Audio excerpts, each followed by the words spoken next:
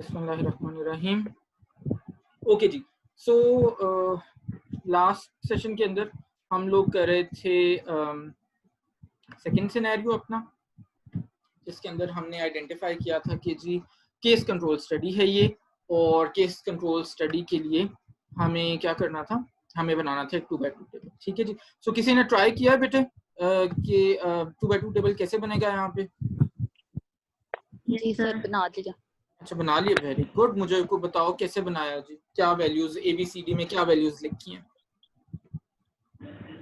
Sir ए में 54 है, B में 172 है, सी में 86 और डी में 167। अच्छा ओके, किसी का इससे डिफरेंट भी है? यस सर, मेरा डिफरेंट है। ठीक है बेटे, बताओ, आप बताओ। सर ए में 54 है, बी में 5, सी में 32 और डी में 167। ओके ठीक है, इससे भी डिफरेंट किसी का है बेटे? जी सर, मेरा डिफरेंट है। आपका क्या है? सर ए में 54 है और 167 डी है। ओके ठीक है। और 54 और 86 को माइनस करें तो 32 बी में। अच्छा, और सी में 9 है। ठीक है, सही है, ठीक हो गया। ग्रैंड टोटल सही आ रहा है। ठीक है, सही है बेटे, ठीक हो गया। अच्छा, मैंने इसीलिए आपको एक चीज बोली थी जब मैं ग्रैंड टोटल लास्ट आपको करके दिखा रहा था। मैंने आपको कहा था हमने ग्रैंड टोटल क्रॉस चेक करना है, तो उससे हमें पता चलेगा मोस्ट प्रोबेबली हमने वैल्यूज ठीक पुट इन की हैं। याद है, मैंने एक बड़ा जोर देके कहा था मोस्ट प्रोबेबली, क्योंकि इट इज क्वाइट पॉसिबल कि हमने वैल्यूज एक दो वैल्यूज हम गलत पुट कर दें और स्टिल हमारा ग्रैंड टोटल ठीक आ रहा हो। ठीक है। अच्छा, सेकंड नंबर पे फातिमा के बाद और मरियम के बीच में किसने बताया था वैल्यूज? सर मैंने। अरूज ने? अरीज ने, ठीक, अरीज। अच्छा बेटे, अरीज की जो वैल्यूज हैं वो बिल्कुल परफेक्टली ठीक है। अरीज, आप जरा एक्सप्लेन करो कि आपने ये वैल्यूज किस तरह से ली हैं सिनेरियो को देखते हुए, सो दैट बाकी लोगों को भी सबको समझ आ जाए जिसको थोड़ी सी कंफ्यूजन है। आपने किस तरह से की ये बेटे, थोड़ा सिनेरियो के साथ एक्सप्लेन करो। सर 86 केसेस हैं ल्यूकीमिया के और 172 पेशेंट्स जो लोग हैं उनको नहीं है डिजीज, तो टोटल जो है वो 258 है हमारे पास। अब 54 जो है उनको डिजीज डेवलप हो गई है, मतलब कि उनको एक्सपोजर भी था और डिजीज भी थी, तो ए में हमने लिख लिया। और अब सी को फाइंड करने के लिए हमें 86 में से 54 माइनस करेंगे, 32 आ जाएगा।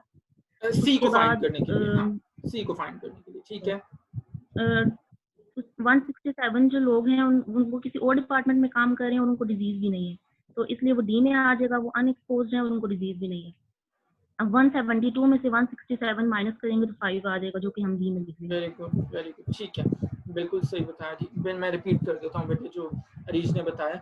अच्छा, अब सिनेरियो 2 देखो बेटे, हम ये कह रहे हैं कि 86 cases of leukaemia and a group of 172 people without leukaemia were selected from different hospitals.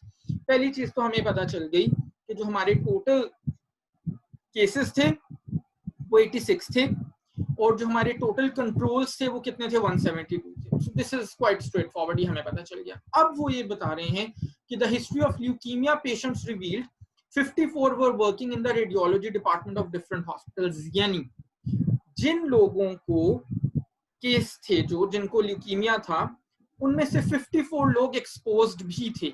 यानी हमारा ए तो क्लियर कट आ जाएगा 54, इसके अंदर तो कोई हमें कंफ्यूजन है ही। ए कितना आ जाएगा? 54 आ जाएगा हमारा। वो ये कौन से लोग हैं? यानी ये वो लोग हैं जिनको ल्यूकीमिया हमने सिलेक्ट किया, और इनका जब हमने हिस्ट्री ली, पास्ट रिकॉर्ड चेक किया, तो ये एक्सपोज्ड भी थे। किस चीज के लिए एक्सपोज थे? ये रेडियोलॉजी डिपार्टमेंट, रेडिएशंस के लिए एक्सपोज थे। अब 86 में से जब हम 54 माइनस करते हैं तो हमारे पास आंसर क्या आता है? 32। इसका मतलब है सी की क्या वैल्यू आएगी? 34, और ए की वैल्यू हम ऑलरेडी लिख चुके हैं 54। ठीक है, यहां तक हमारा ए और सी की हमारी वैल्यू आ गई। अब जनाब नेक्स्ट वो स्टेटमेंट क्या देता है कि the history of leukemia patients revealed 54 were working in radiology department of different hospitals, while 167 people were working in other departments and had no disease. अब जनाब उसने ये कह दिया कि 167 ऐसे लोग हैं जो अदर डिपार्टमेंट्स में काम करें। अदर का क्या मतलब है? रेडियोलॉजी के अलावा अदर। यानी इसका मतलब है वो एक्सपोज्ड नहीं थे। और साथ ही उसने कह दिया working in other departments and had no disease, यानी वो एक्सपोज्ड भी नहीं थे और उनको डिजीज भी नहीं थी। और आपको पता है जिनको एक्सपोजर भी नहीं होता, डिजीज भी नहीं होती, वो किस में आते हैं? वो डी में आते हैं। तो अब हमने जनाब 172 माइनस 167 किया तो हमारे पास बी फॉर बांग्लादेश हमारे पास क्या वैल्यू आ गई? 5। ठीक है, तो हमारा ए आ गया 54, हमारा बी आ गया 5, हमारा सी आ गया 32 और हमारा डी आ गया 167। क्लियर? किसी को ये चीज बेटे समझ नहीं आई तो प्लीज आस्क।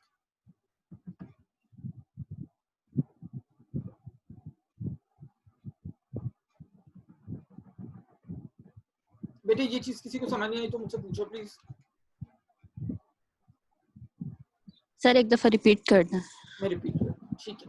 अच्छा, हम जरा इस पे बेटे आ जाते हैं सिनेरियो पे। सिनेरियो में कह रहे 86 cases of leukaemia and a group of 172 people without leukaemia were selected from different hospitals. यानी टोटल 86 केसेस थे। हमने 2x2 टेबल बनाया। कैसे बनाया? बिल्कुल जैसे आपने अभी फर्स्ट सिनेरियो में बनाया था वैसे ही बनाया। हमने ऊपर डिजीज लिया, लेफ्ट साइड पे एक्सपोजर लिखा।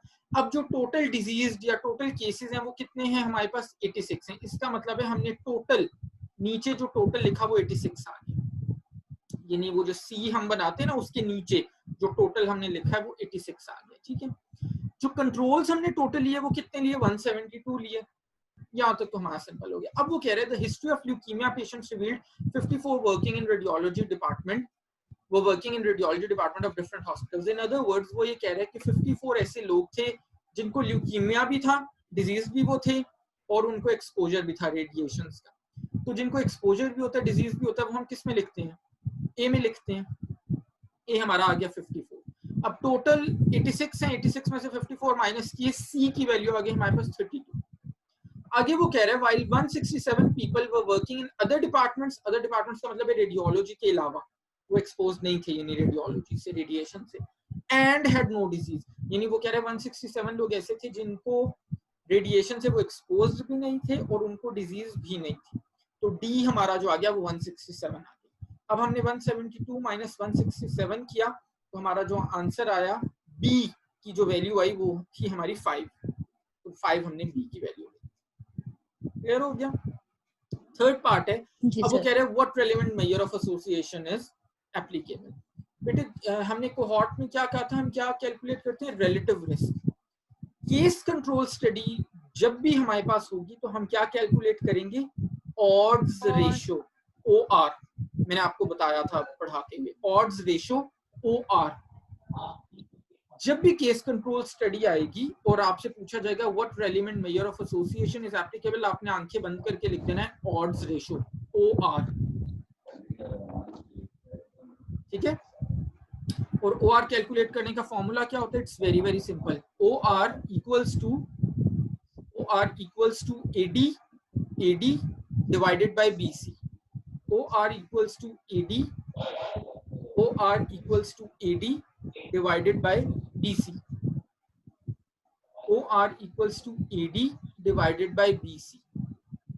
अच्छा, मैथमेटिकली आपको शायद मैट्रिक में आपने पढ़ा हो कि जब किसी दो वैल्यूज या सिंबल्स के बीच में कोई साइन नहीं होता ना तो हम उनको क्या करते हैं? आपस में मल्टीप्लाई करते हैं। हम उनको आपस में क्या करते हैं? मल्टीप्लाई करते हैं। तो that means A multiplied by D multiply करते हैं। हाँ, और B मल्टीप्लाइड बाय C। तो अब बेटे आपके पास बहुत सिंपल सा बन गया।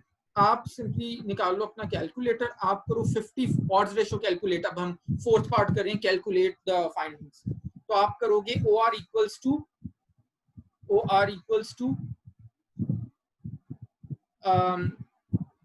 A में हमारे पास क्या वैल्यू थी? 54 multiplied by 167, 54 multiplied by 167 divided by BC करना है। B क्या था? 5 मल्टीप्लाइड बाय C क्या था? 32। आप इनको कर लो जरा, देखो क्या आंसर आते हैं। 56.36। वेरी गुड, बिल्कुल सही है। और बेटे किसी और का डिफरेंट तो नहीं आ रहा? नहीं सर, यही आ रहा है। बिल्कुल ठीक है, वेरी गुड, सही हो गया। सिंपल है ना, ये तो ज्यादा सिंपल है odd ratio AD by BC। ठीक है, सो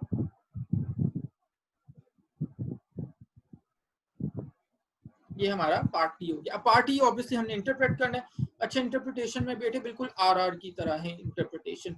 जब OR 1 से बड़ा होता है तो हम कहते हैं there is a positive association between exposure and disease.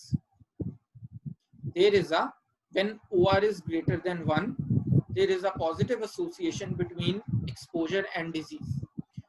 When OR is less than 1, there is a negative association between exposure and disease. Number 3, when OR is equal to 1,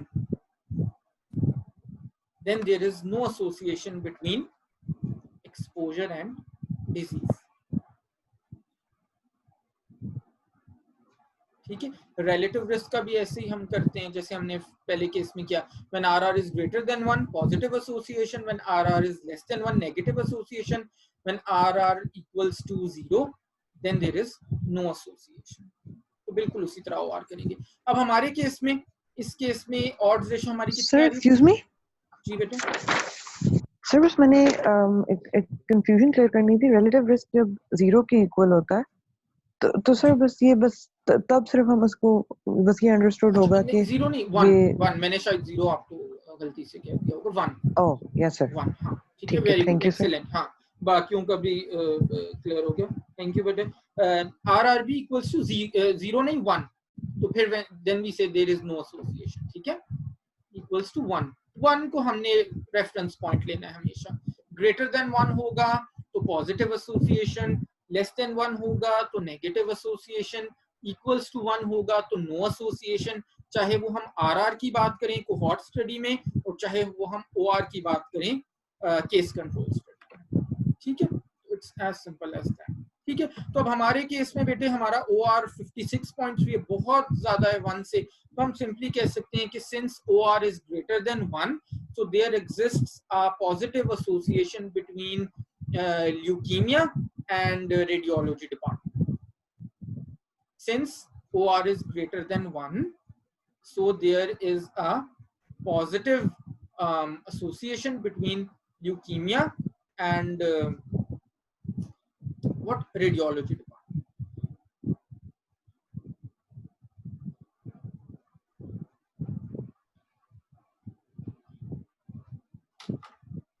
ठीक है जी बेटे, यहाँ तक क्लियर हो गया सबको?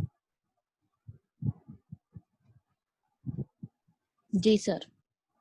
वेरी गुड, चलो जी फटाफट से आ जाते हैं थर्ड सिनेरियो पे। स्क्रीनशॉट आप लोग ले लो। अच्छा जी, a researcher wanted to establish the association between pan eaters and oral cancer. He selected 150 cases of oral cancer and 300 people without oral cancer. अच्छा जी, क्या उससे ठीक है 150 cases and सही है। History revealed out of 150 cases 86 had pan exposure, यानी 86 लोग पान खाते थे, while in other group out of 300 285 were without disease and had no history of pan. और ऑब्वियसली हमारे पास वही क्वेश्चंस हैं कि what is the study design, construct a 2x2 table, what relevant measure of association is applicable, calculate the results and interpret the results. ठीक है जी, तो पहले जनाब हम आ जाते हैं what is the study design.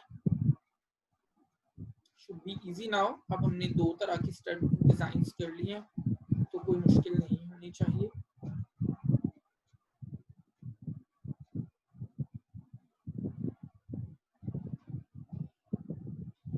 Statement आप पढ़ो, सिनेरियो देखो, आपको बड़ा इजीली, बड़ा स्ट्रेट फॉरवर्ड सा दिया हुआ है, आपको बहुत आसानी से पता चल जाएगा।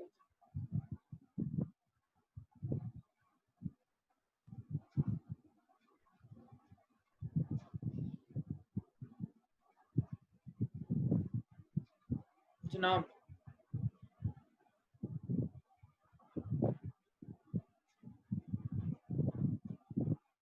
जी कौन बताएगा? सर ये भी केस कंट्रोल है case control sir retrospective cohort. Retrospective cohort है, क्यों है भाई रेट्रोस्पेक्टिव कोहॉर्ट? सर क्योंकि हिस्ट्री का भी है ना, ठीक है, और रिकॉर्ड मिल गया उनको इस वजह से। केस कंट्रोल किसने कहा था अभी?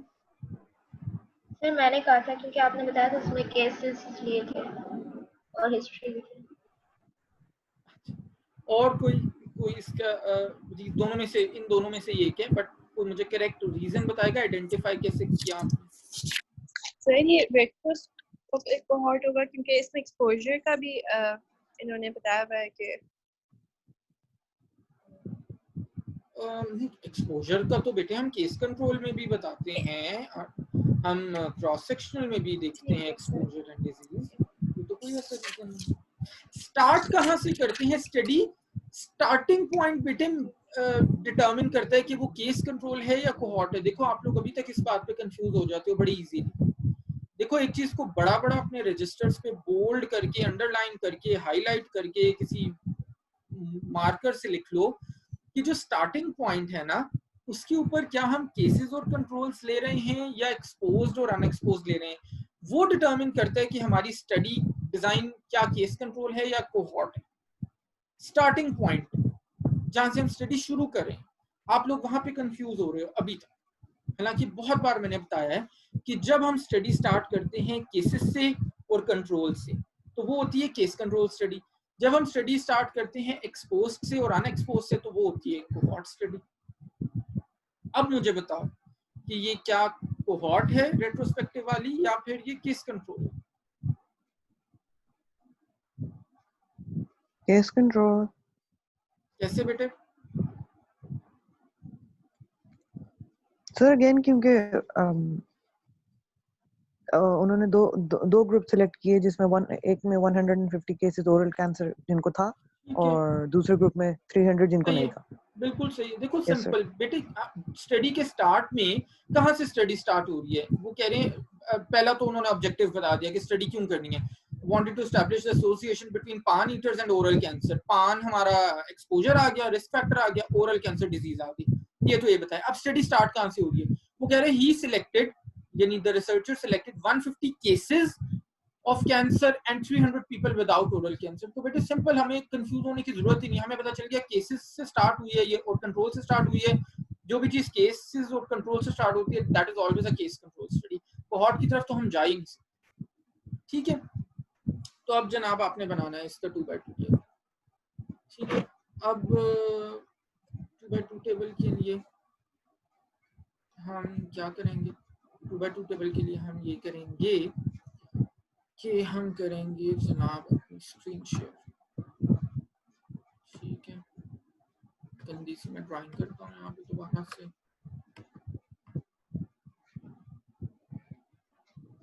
ओके जी, अब केसेस कितने लिए थे? स्टार्ट कहाँ से किया था?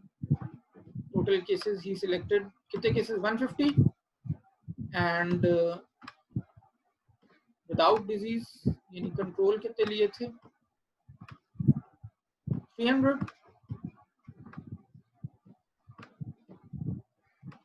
आगे क्या लिखा बेटे? जरा स्टेटमेंट पढ़ो। ही सिलेक्टेड 150 केसेस। आगे स्टेटमेंट पढ़ो कोई एक बंदा जल्दी से।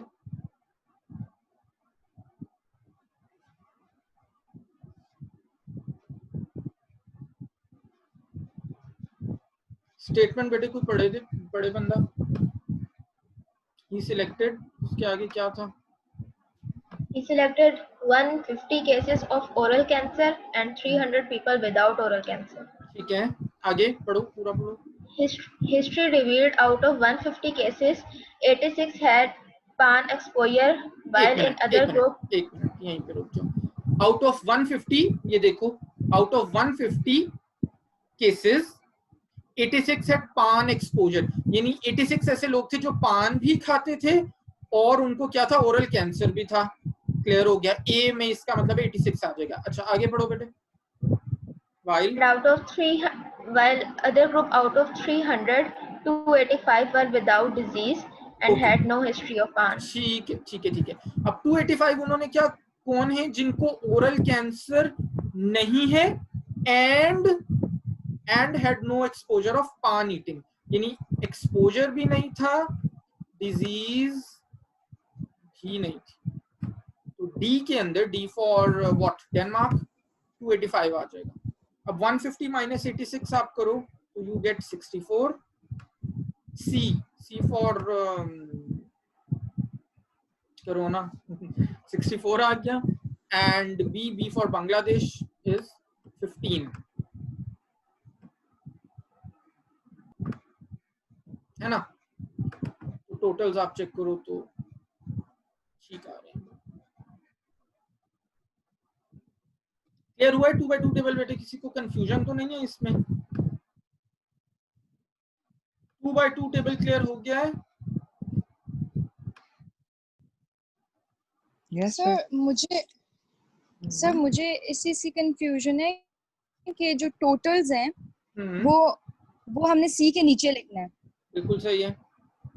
लेकिन सर जब हमने कोहॉर्ट स्टडी किया था तब हमने टोटल्स बी के सामने नहीं लिखे थे। बिल्कुल ऐसे ही किया था। क्यों बेटे? ये कोई तो ये हार्ड एंड difference फास्ट, हाँ अच्छा क्वेश्चन है। ये कोई हार्ड एंड फास्ट रूल नहीं है कि हमने कौन टोटल्स को किस केस में कहाँ पे लिखना है, ये हमें सिनेरियो से पता चलेगा। देखो मैं आपको दोनों का डिफरेंस एक्सप्लेन करता हूँ। जो करंट सिनेरियो हम कर रहे हैं वो कह रहे हैं he selected 150 cases of oral cancer and 300 people without oral cancer. अब मुझे आप ये बताओ सिंपल अपना ये नॉलेज यूज करते हुए कि वो कह रहे हैं 150 हमने क्या लिए? केसेस लिए। केसेस का टोटल किस साइड पे आ रहा है बेटे? ये जो ये पॉजिटिव साइन है ये डिजीज का है ना, ये वाला, ये देखो जिसको मैंने सर्कल किया है। तो ये केसेस लिखेंगे ना हम, 150 टोटल केसेस हैं। उसने ये तो नहीं कहा 150 टोटल एक्सपोज्ड हैं। अगर वो कहता 150 टोटल एक्सपोज्ड हैं तो फिर हम ये यहाँ पे जो मैंने गंदा सा बनाया फिर हम यहाँ पे लिखते, ठीक है। इसी तरह उसने कहा 300 टोटल वो लोग लिए जिनको डिजीज नहीं है, तो जिनको डिजीज नहीं है वो हम कहाँ पे लिख रहे हैं? यहाँ पे लिख रहे हैं। अगर वो कहते हैं 300 वो लोग लिए जिनको एक्सपोजर नहीं है तो फिर हम कहाँ लिखते हैं? यहाँ लिखते हैं जो मैंने गंदा सा बना, ठीक है।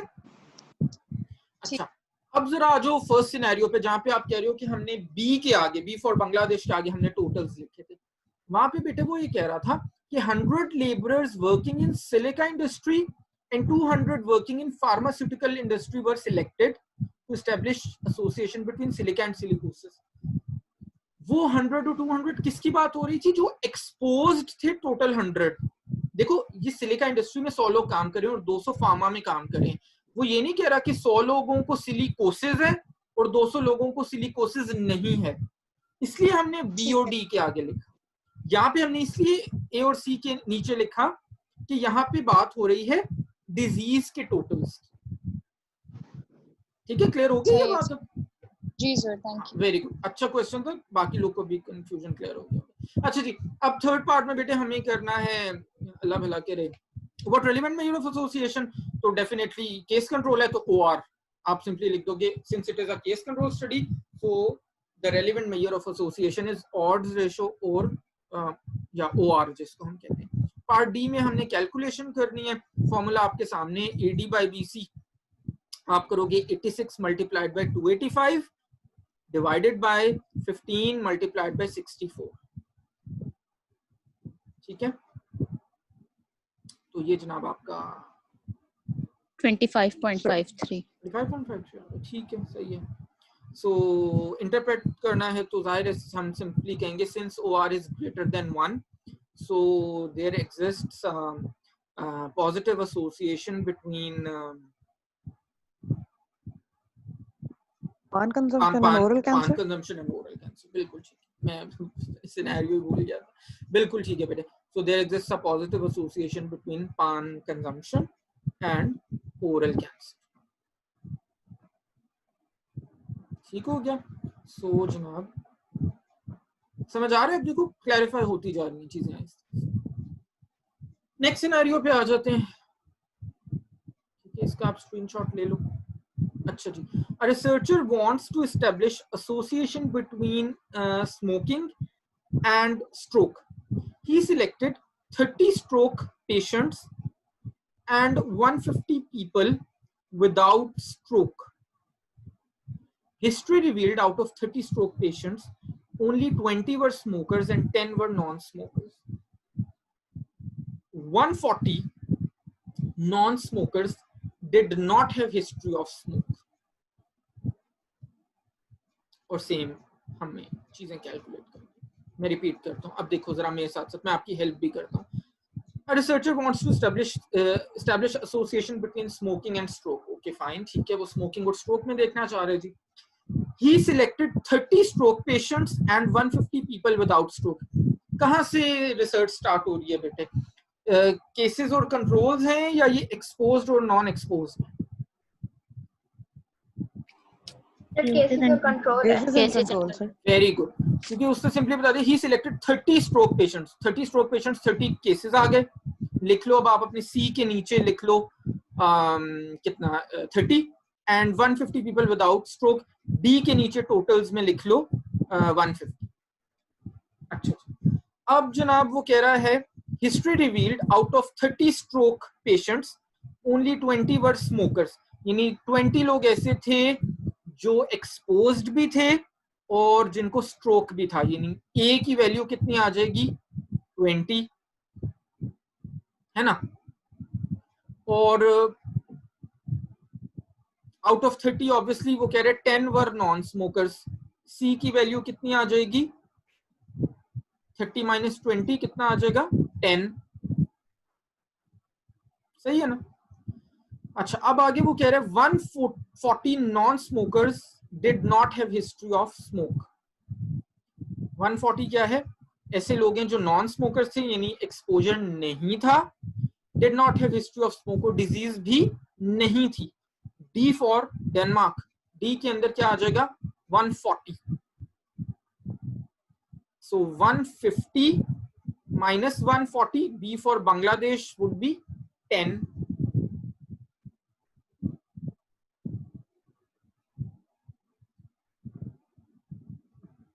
ठीक है, तो दैट मीन्स कि ये हमारा क्या बन गया? 2/2 टेबल बन गया. ए कितना आ गया? 20. बी कितना आ गया? 10. सी भी आ गया 10 और डी आ गया 140. सबका ये यार है. What relevant measure of association is applicable? भाई अब तो हमें पता चल ही गया है. केस कंट्रोल स्टडी तो OR है. ठीक है, बिल्कुल सही है, OR है. Number 4, calculate the findings. तो हम कैलकुलेट करेंगे AD by BC, यानी 20 multiplied by 140 divided by 10 multiplied by 10. So it must be 2800. 28. Yes, divided by 28. 28 आता है. ठीक है, एक्सीलेंट. सो जनाब इंटरप्रेट हम कैसे करेंगे कि जी since OR is greater than 1, so जनाब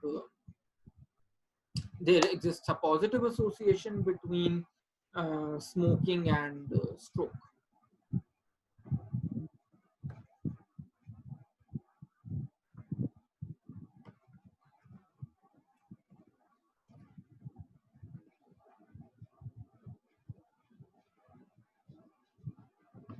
ठीक है जी, क्लियर हो गया बेटे? समझ आ गया ये?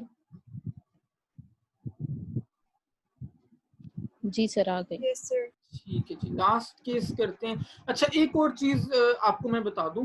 अब आप इस बात से कंफ्यूज मत होना कि जी हमने आज क्रॉस सेक्शनल की कोई वो नहीं की केस स्टडी डिस्कस. वो इसलिए नहीं कि वो हम प्रेवलेंस बहुत पहले हम बहुत डिटेल से डिस्कस कर चुके हैं. इसी तरह स्क्रीन शेयर करके मैंने, आपको याद होगा वो लेक्चर भी पढ़ा है, किसी ने नहीं लिया वो यूट्यूब से जाके देख सकते हैं. तो वो हमने उसी तरह स्क्रीन शेयर करके बड़ी डिटेल से प्रेवलेंस कैसे कैलकुलेट करते हैं, इसी तरह डिफरेंट आपको मैंने सिनेरियोज भी करवाए थे, तो वो हम वहाँ कवर कर चुके हैं, इसलिए मैंने आपको दोबारा नहीं कराया. और आरसीटी के अंदर इस तरह जो कैलकुलेशंस हैं वो काफ़ी कॉम्प्लेक्स होती हैं और वो इस तरह से हम नहीं करते बैठ के, वो आपके लेवल से ऊपर की चीज़. तो यही हमने करना था. अच्छा जी, लास्ट सिनेरियो बेटे हम देख लेते हैं.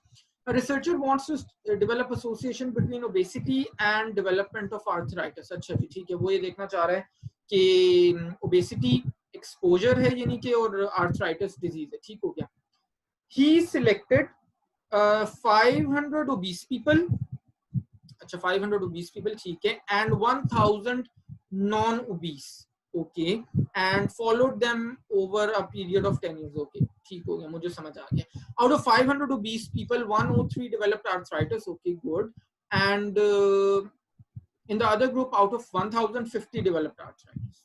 ठीक, सही है. अच्छा जी, जनाब. So first question, what is the study design? Cohort study है sir. Cohort. क्यों है बेटे? cohort study. पता चला?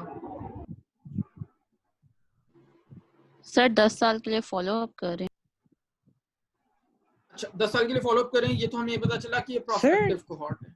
Sir, exposure भी है ना obese people 500 obese people. Sir ये रेट्रोस्पेक्टिव कोहॉर्ट होगा ना? रेट्रोस्पेक्टिव होगा? नहीं No sir. सर नहीं, ओबीज है ना तो सर प्रोस्पेक्टिव कोहॉर्ट होगा प्रोस्पेक्टिव कोहॉर्ट होगा। क्यों होगा? पहले तो मुझे सिंपल ये बताओ। क्योंकि इसमें हमने फॉलो अप किया है। नहीं, एक मिनट, पहले मुझे सिंपल ये बताओ कोहॉर्ट क्यों है, ये कैसे पता चला? Sir, एक सेकंड, जी बेटे जी। I'm sorry. जी। Sir, अगर let's suppose ये cohort study नहीं है, सर ये क्वेश्चन वैलिड है कि ये 500 obese और 1000 नॉन obese ये भी केस कंट्रोल हो?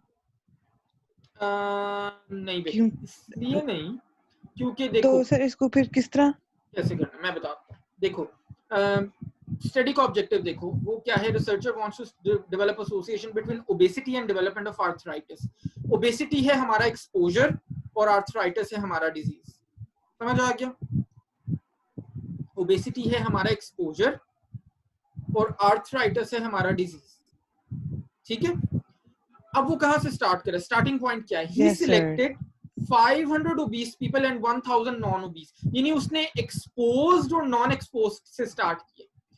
तो हमारी कंफ्यूजन ही खत्म हो जाती है जब भी हम स्टार्ट करते हैं एक्सपोज्ड और नॉन एक्सपोज्ड से। तो वो हमारा कौन सा स्टडी डिजाइन होता है? Cohort study design.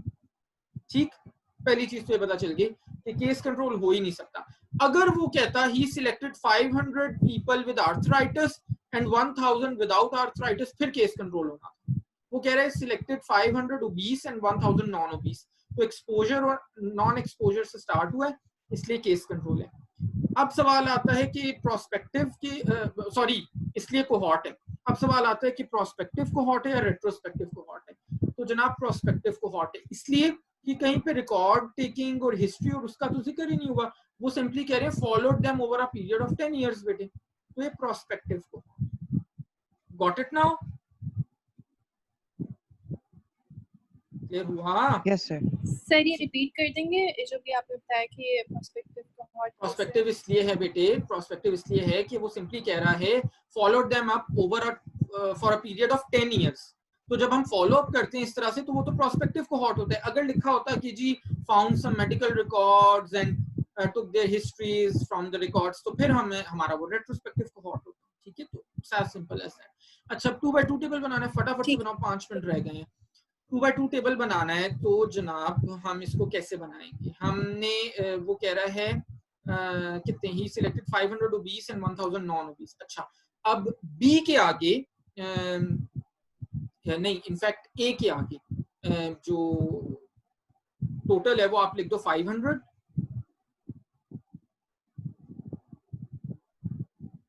और जैसे फर्स्ट सिनेरियो में जहां लिखा था टोटल वहां पे मैं बात कर रहा हूं, और साथ में लिख दो जो टोटल नॉन एक्सपोज्ड है वो टोटल कितना है? 1000। ठीक है ना? टोटल जो एक्सपोज्ड हैं यानी कॉलम नहीं, रो ए के आगे जो आप टोटल लिखोगे वो 500 है और उसके नीचे टोटल आप लिख दो 1000 जो रो सी के आगे आएगा यानी कि।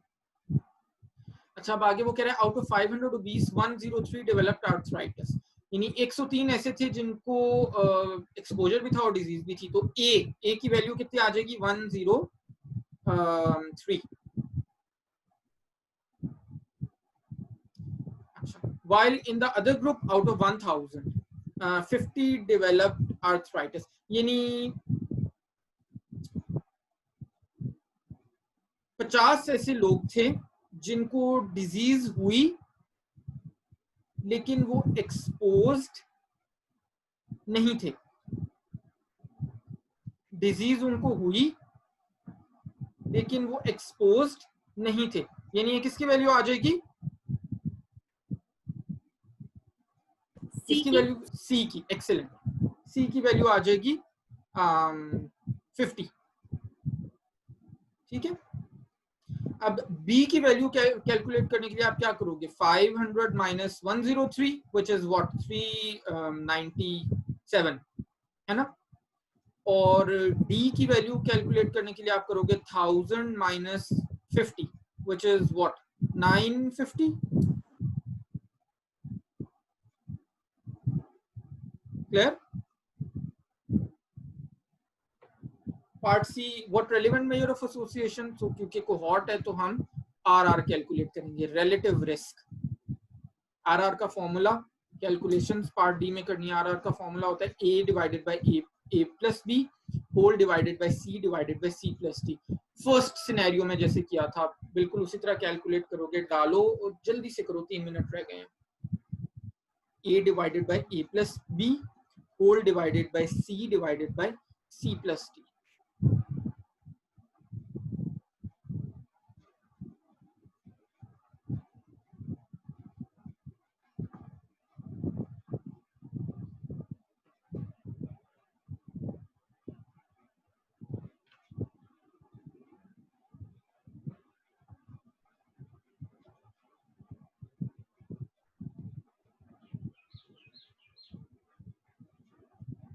यानी इन अदर वर्ड्स आप कर रहे हो 103 divided by 103 plus 397 which is 500 divided by 50 divided by 1000. Sir 4 answer आता है. 4 आता है, देख लो, मेरे पास हुआ नहीं हुआ ये.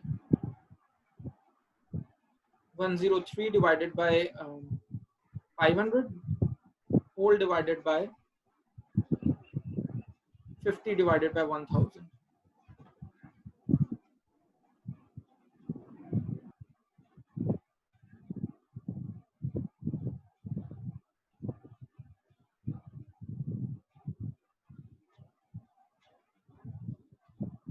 बिल्कुल सही है, यही 4 आ रहा है. ठीक है, परफेक्ट. 4 के अलावा बेटे किसी का तो नहीं आ रहा? 4 के अलावा किसी का आंसर तो नहीं आ रहा? सर 4.12. 4. ठीक है, सही है. वैसे एग्जैक्ट आ जाता है ये, क्योंकि इसमें थोड़ा सा आपने ऐसे किया, एक देख लो उसको, 4 ही आता है. Party interpret the findings. Since RR is greater than 1, so there exists a positive association between smoking and between obesity and arthritis. Since RR is greater than 1, so there exists a positive association between obesity and arthritis. Time क्योंकि कुछ seconds का रह गया. अगर आपकी कोई भी बेटे कंफ्यूजन हुई इससे रिलेटेड तो आप लोग मुझे GRCR के थ्रू बता सकते हो. हम एक स्पेशल सेशन सेपरेटली भी रख सकते हैं. होपफुली होनी नहीं चाहिए, स्टिल अगर होती है नॉट अ प्रॉब्लम. आप मुझे जब कहोगे एक सेशन रख के हम मजीद कंफ्यूजन इस सिलसिले में जो भी हैं वो क्लैरिफाई कर लेंगे. टाइम बिल्कुल खत्म हो रहा है. So take care, practice these scenarios. अल्लाह हाफिज.